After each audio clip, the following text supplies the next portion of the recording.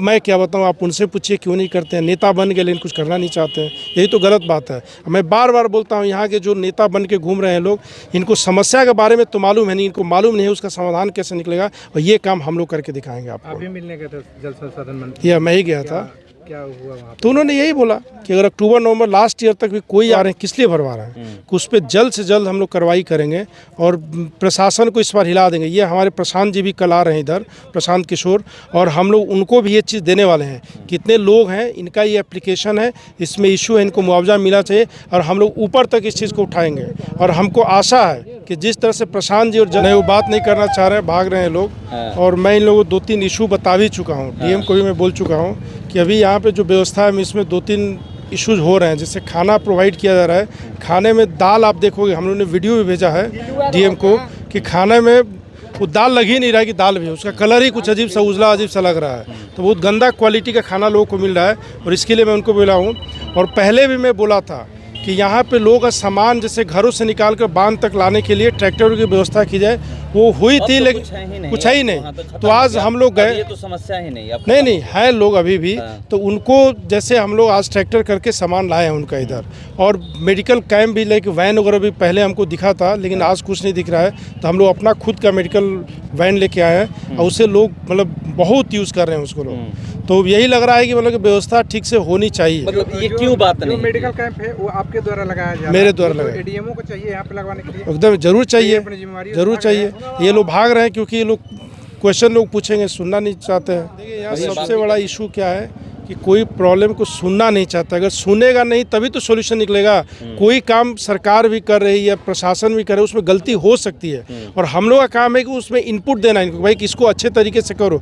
जो बीच में मैंने किया था तो उस पर काम हुआ था, लेकिन अब देख रहा हूँ फिर धीरे धीरे वो नीचे की तरफ गिर रहा है और लोग सुनना नहीं चाह रहे हैं। ये गलत बात है। आपके द्वारा आज क्या क्या किया जा रहा है? हम लोग आज 3 चीज़ कर रहे हैं। एक मेडिकल कैंप अपना लगाए हैं, और जिसका भरपूर मतलब कि हमारी बहुत दवाइयाँ भी खत्म हो गई। हम लोग 100-100 200 मेडिसिन लेके आए थे, लेकिन इतना अब देखिए मेडिसिन बट ही नहीं रहा है। अब पहले लग रहा था कि बहुत कैंप है, तो वो किए हैं, और हम लोग चलाएंगे जब तक जरूरत होगी यहाँ पे, हम तब लोग मेडिकल कैंप चलाएंगे अपना। दूसरा ये है कि जैसे बहुत लोगों को सामान अभी भी लेके आना है ऊपर बांध तक, तो कोई व्यवस्था नहीं है।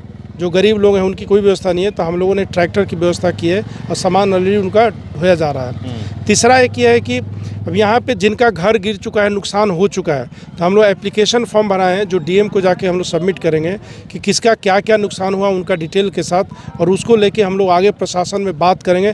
और हमारा ये है कि सुनिश्चित करेंगे कि सबको अच्छे ढंग से, व्यवस्थित ढंग से, अच्छे जहाँ भी उनको सेटल करना हो किया जाए, और नहीं होता है तो फिर हम लोग अपना दम लगा देंगे और करा के रहेंगे इस बार।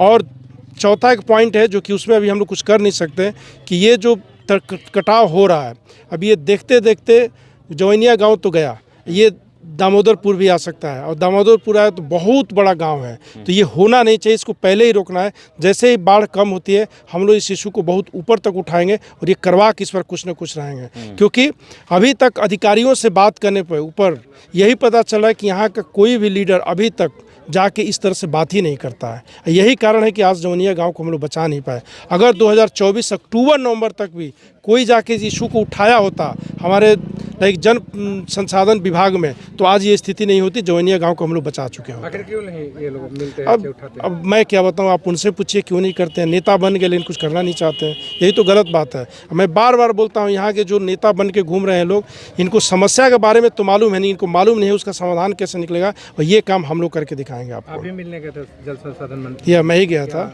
क्या हुआ वहाँ? तो उन्होंने यही बोला कि अगर अक्टूबर नवंबर लास्ट ईयर तक भी कोई आके हमसे मिला होता तो हम लोग प्रायोरिटाइज करके इसको किए होते। देखिए सरकार के पास बहुत काम है ऊपर लेवल पे, केवल जवैनिया ही नहीं है, लाइक कोसी गंडक भी है, बहुत सारा चीज़ है।